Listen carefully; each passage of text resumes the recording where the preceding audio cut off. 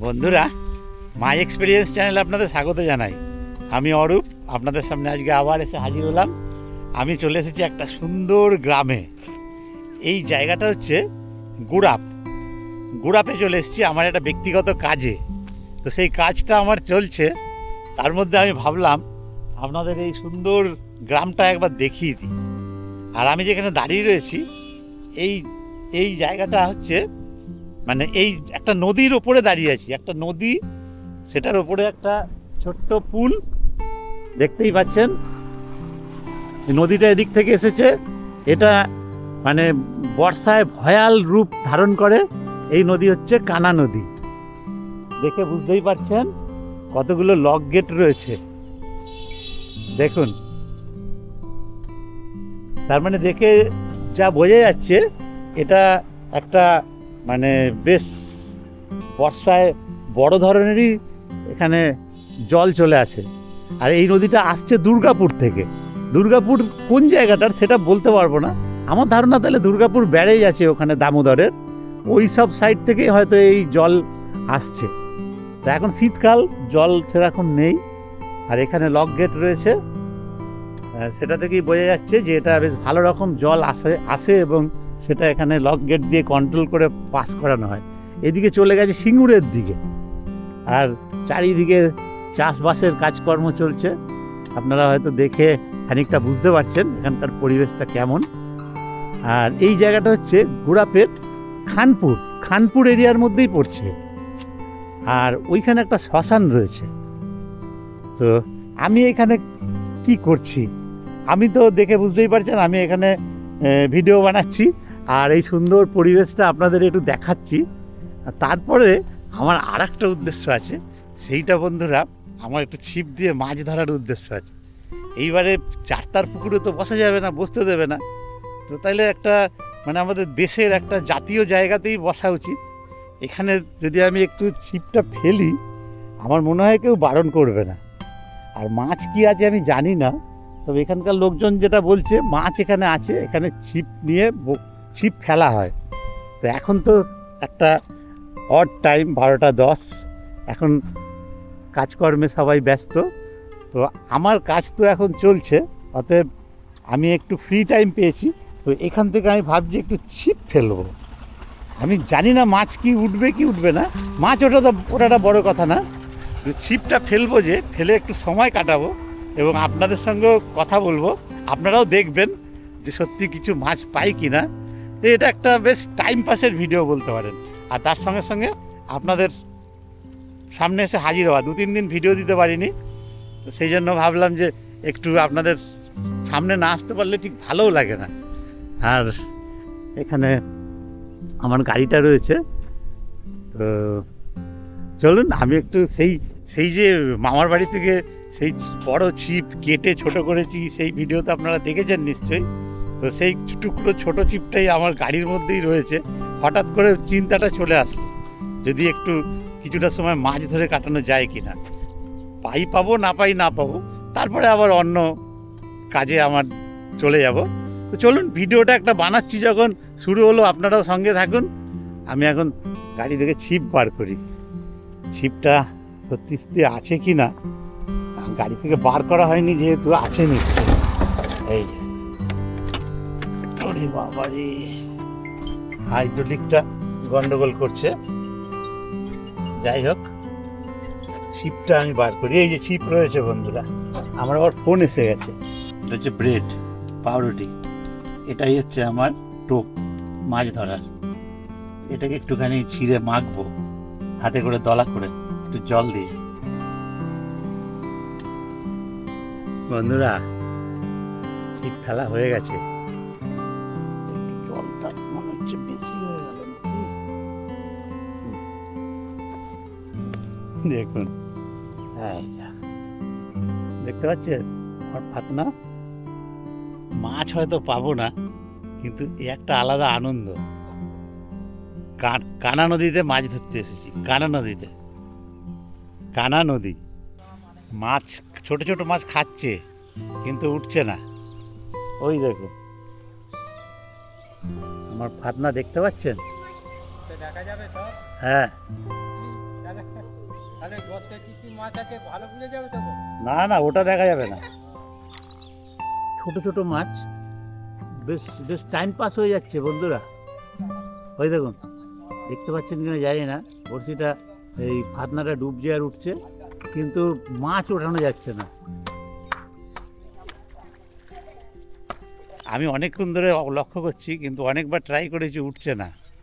মাছগুলো দেখাও যাচ্ছে, ট্যাংরা মাছ, বাটা মাছ, এই ধরনের কিছু মাছ, কিন্তু উঠছে না। যাই হোক, আমার বেশ খানিকটা সময় এখানে কেটে গেল। আর এখানকার পরিবেশটা আপনারা দেখতেই পাচ্ছেন, স্নান করছে স্থানীয় লোক, আর এখানে দর্শক জুটে গেছে বেশ কয়েকজন। আর চারিদিকের সুন্দর পরিবেশ, ওখানে বাচ্চারা স্নান করছে।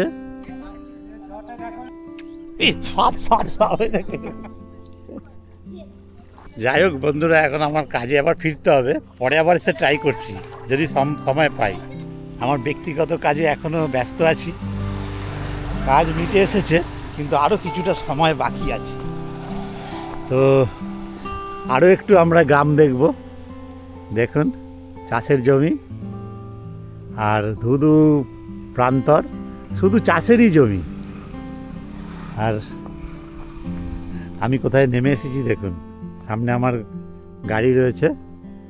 আর এখন আমি আবার একটু ঘুরে বেড়াবো। এবারে ভাবছি ক্যামেরাটা আমার গাড়ির ড্যাশবোর্ডে লাগাবো, লাগিয়ে আমি যে দৃশ্য দেখবো আপনাদেরও দেখাবো। আর কথা বলতে বলতে চলুন এগিয়ে যাই। তারপরে যা যা করি উদ্দেশ্যহীনভাবে অবশ্যই সবই আপনারা দেখবেন। আমি নিজেও জানি না এই ভিডিও কোথায় গিয়ে শেষ হবে আর ভিডিও কেমন হবে। আপনারা কিন্তু কমেন্ট বক্সে লিখে জানাবেন যে আমার সঙ্গে এরকম বাউন্ডুলের মতো ঘুরে বেড়াতে আপনাদের কেমন লাগলো। আর এই গ্রাম্য পরিবেশে আপন খেয়ালে উদ্দেশ্যহীনভাবে চলুন এগিয়ে যাই। এবারে ড্যাশবোর্ডে ক্যামেরা। আমরা এখন এগিয়ে চলেছি, এই রাস্তাটা চলেছে তারকেশ্বরের দিকে। এটা হচ্ছে মগরা গুড়াপ রোড, মগরা গুড়াপ। আমরা গুড়াপের ওপর দিয়ে এখনো চলছি, আর গুড়াপেই থাকবো। আর এই জায়গাটা হচ্ছে গুড়াপের খানপুর। এই খানপুরের আশেপাশে গ্রাম্য অঞ্চলে আমি এখন ঘুরে বেড়াবো।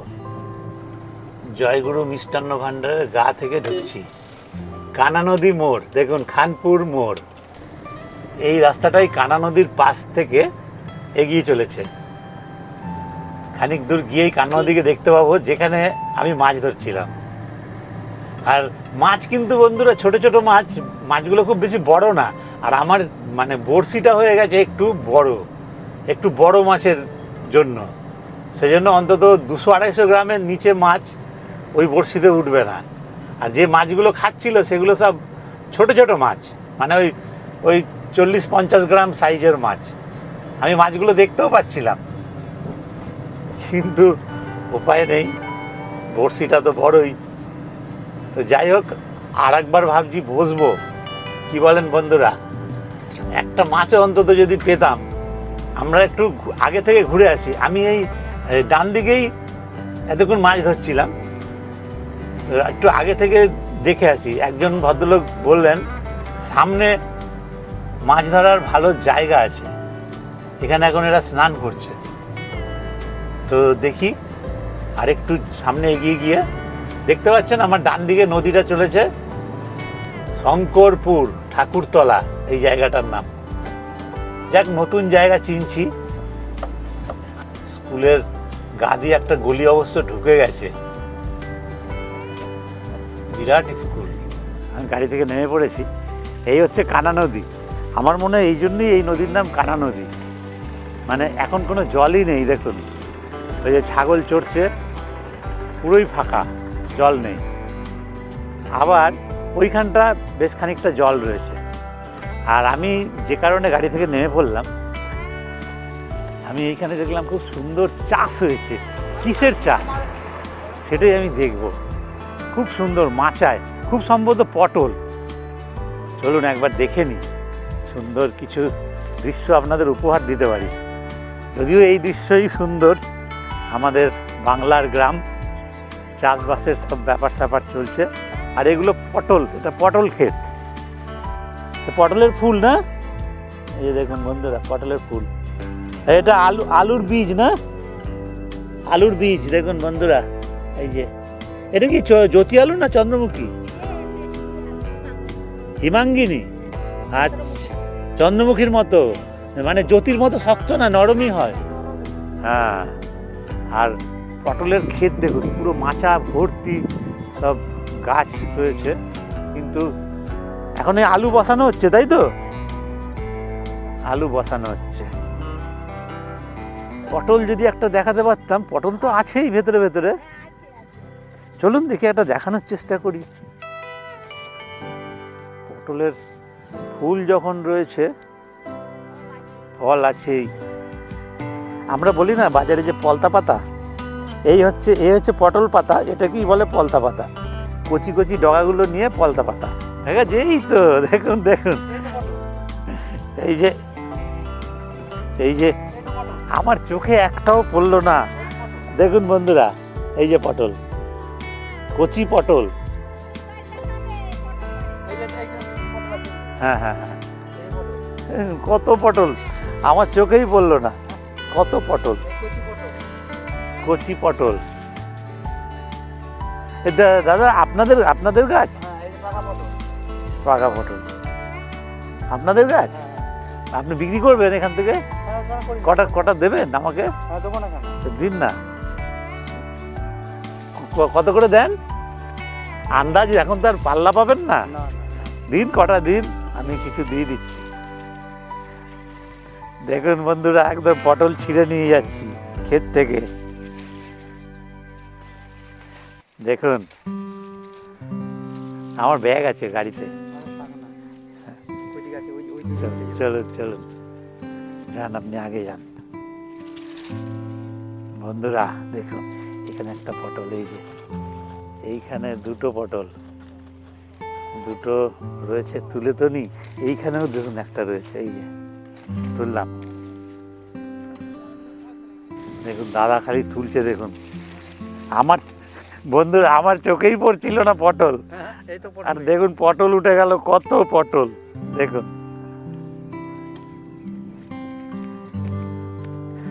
এগুলো হচ্ছে অরিজিনাল মাচার পটল। আচ্ছা, এই পটল যে গাছগুলো গোড়া তো নিচে মাটি থেকে উঠেছে, এগুলো কতদিন চলে? এটা চলে মোটামুটি অঘ্রাণ মাস থেকে, এই বৈশাখ মাস থেকে স্টার্ট হবে। হ্যাঁ, একবারে আষাঢ় মাস পর্যন্ত। এই মাসটা এই অঘ্রাণ মাস পর্যন্ত চলবে। এখনো আছে পটল, এই যে হ্যাঁ, এই যে পটল রয়েছে। হ্যাঁ, মানে একবারে প্রায় 4-5 মাস ধরে পটল খালি উঠতে থাকবে, তাই তো? আচ্ছা, আর এমনি পটল গাছটা তৈরি করতে কতটা সময় লাগে? 2 মাস।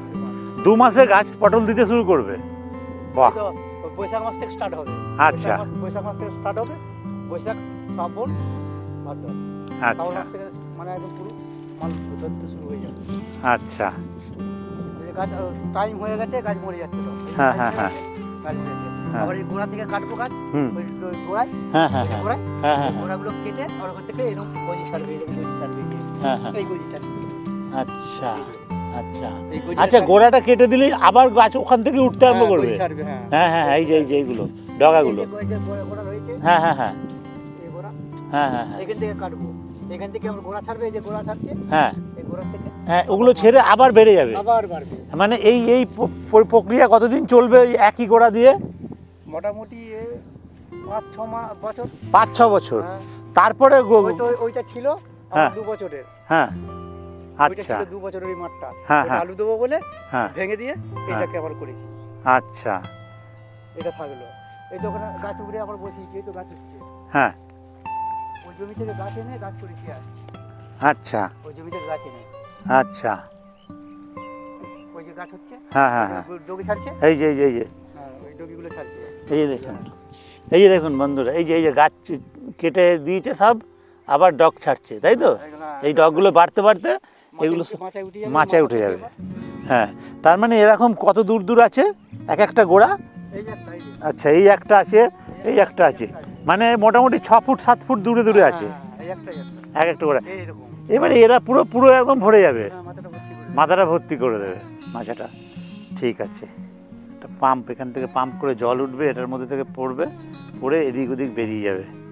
এটা হচ্ছে জল সেচের ব্যবস্থা। আমাদের বাংলার গ্রাম। আমি এখন ব্যাগ নিতে যাচ্ছি গাড়িতে, পটল হয়ে গেল, আমি ফিরে যাচ্ছি। এখন আমি আবার দাঁড়িয়ে পড়েছি সেই কানা নদীর আর একটা লক গেটের সামনে। দেখুন জল যাচ্ছে। আমরা দেখে ভাবছি যে কানা নদীতে বোধহয় কোনো জল নেই, কিন্তু এখন বেশ কুলকুল শব্দে জল যাচ্ছে। দেখুন তো এদিকে দেখে বোঝাই যাচ্ছে প্রচুর জল আসে। এই দেখুন, এই দেখুন বেশ জলই রয়েছে, লিক করে কিছু জল বেরিয়ে যাচ্ছে। এখানে সব ধান, দেখুন ধান একদম পুরো ধান রয়েছে, বান্ডিল করে রেখে দিয়েছে ধানগুলো, সব ক্ষেত থেকে তুলে এনে। এই যে ধান, দেখি কি মাছ ধরলো ওরা। কানা নদীর তীর বরাবর অনেকটা আমরা চললাম, দেখি কি মাছ উঠেছে কিছু। হ্যাঁ, কি উঠেছে? ও পুঁটি মাছ। আরে সাবাস, দেখাও দেখাও দেখাও বন্ধুরা, দেখুন দেখুন পুঁটি মাছ। আরে সাবাস, কতটুকু বড়শিগুলো দেখাও তো, ছোট্ট না? ধরো ধরো ধরো, ধরে নাও। পুঁটি মাছ ধরছে ওরা। কটা উঠেছে? 3টে। বাহ, এই জায়গাটা ঘুরতে এত ভালো লাগছে না। চলুন একটু পায়ে হাঁটি। মাছ ধরে লাভ নেই, মাছ উঠবেও না, শুধু শুধু টাইম নষ্ট। তার থেকে বরঞ্চ এই জায়গার সৌন্দর্যের মজা নিই, তাই না? আর কি কোনোদিনও আসবো এদিকে? হঠাৎই চলে এসেছি কোন খেয়ালে, কাজের প্রয়োজনে। কানা নদীর সৌন্দর্য, মাছ তো নো ডাউট আছে, বড় বড় বোয়াল আছে সেটা শুনলাম, সব মাছই আছে এখানে। আবার কোথাও কোথাও পুরো শুকিয়ে গেছে। ওইখানে একটা লক গেট করে দিয়েছে, জলটাকে এখানে আটকে দিয়েছে, ওইখানে অল্প অল্প করে যাচ্ছে। প্রচুর বক দেখতে পাচ্ছি। আমি যাচ্ছি একদম ধুধু প্রান্তর যেখানে, সেই জায়গায়। এখানেও প্রচুর পটল ক্ষেত রয়েছে, সব আলু আলু চাষের কাজ চলছে, তাই তো? সব আলু বসছে। এই আলু উঠবে মার্চে, না মার্চ মাসে। এখানে সব হিমাঙ্গি আলু বসাচ্ছে, হিমাঙ্গি। বন্ধুরা, এই হিমাঙ্গি আলুটা পুরো চন্দ্রমুখীর মতো খেতে, কিন্তু দাম কম, সেই জ্যোতি আলুর কাছাকাছি দাম। কিন্তু আমি দেখেছি বোঝা যায় না, হিমাঙ্গি চন্দ্রমুখী বলে বিক্রি করে। সেই আলুই সব বসছে এদিকে। আর বলে না তারকেশ্বরের আলু, এটাই ধরে নিন তারকেশ্বরের আলু, মানে সেক্টরটা ওইটাই। গোড়াপ তারকেশ্বর থেকে খুবই কাছে, আমাদের হুগলি জেলা। সত্যি আমাদের বাংলা, আর সব থেকে বড় হচ্ছে আমাদের দেশ ইন্ডিয়া, ভারতবর্ষ কৃষি প্রধান দেশ। চাষের কাজ চলছে এখন, শুধু আলু বসানোর কাজ চলছে। যেদিকে তো চোখ যায় শুধু আলুর ক্ষেত আর পটল হচ্ছে। পটল এগুলো সব শেষের দিকে চলে এসছে, গাছগুলো শুকিয়ে শুকিয়ে যাচ্ছে। বন্ধুরা, এই ভিডিও কেমন লাগছে অবশ্যই কমেন্ট বক্সে কিন্তু লিখে জানাবেন। আর এই ভিডিও শ্যুট হচ্ছে 4K-তে। এখনকার আমার মোটামুটি যা ভিডিও করছি সবই প্রায় 4K-তেই শ্যুট করছি।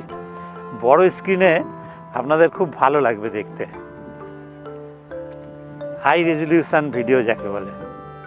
আমি আজকে মানে বলা যায় এই ভিডিওটার কি নামকরণ করব সেটাও তো এখনো ঠিক করা হয়নি। কানা নদীর পার বরাবর, কানা নদীর তীর বরাবর, তাহলে তাই হোক, কানা নদীর তীর বরাবর। দেখুন বন্ধুরা, এই যে আলুগুলো কাটা হচ্ছে, এগুলো তো হিমাঙ্গি না আলুগুলো? এটা জ্যোতি। আচ্ছা আচ্ছা, একটা আলু দিয়ে কতগুলো কল বেরোয়, কতগুলো বীজ হবে?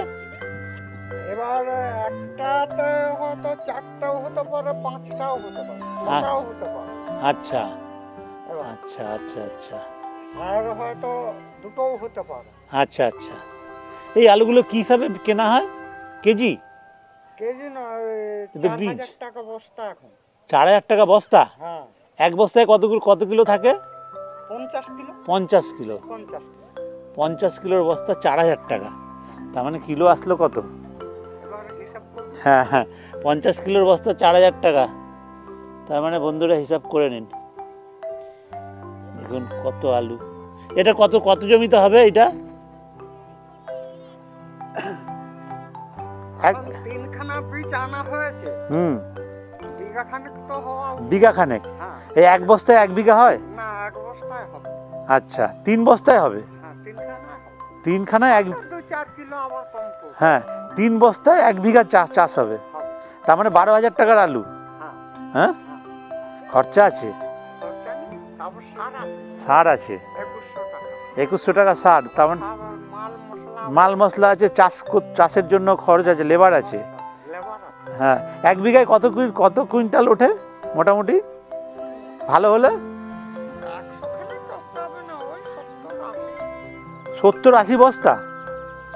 যদি হয় ভালো করে, ভালো 70-80 বস্তা হলে কি করে হবে? তার মানে বস্তা হবে। 10 টাকা যদি কিলো হয়, তাহলে 70 বস্তা মানে হচ্ছে 70 বস্তা মানে 50 টাকা করে, তার মানে 500 টাকা বস্তা, তার মানে 35,000 টাকা।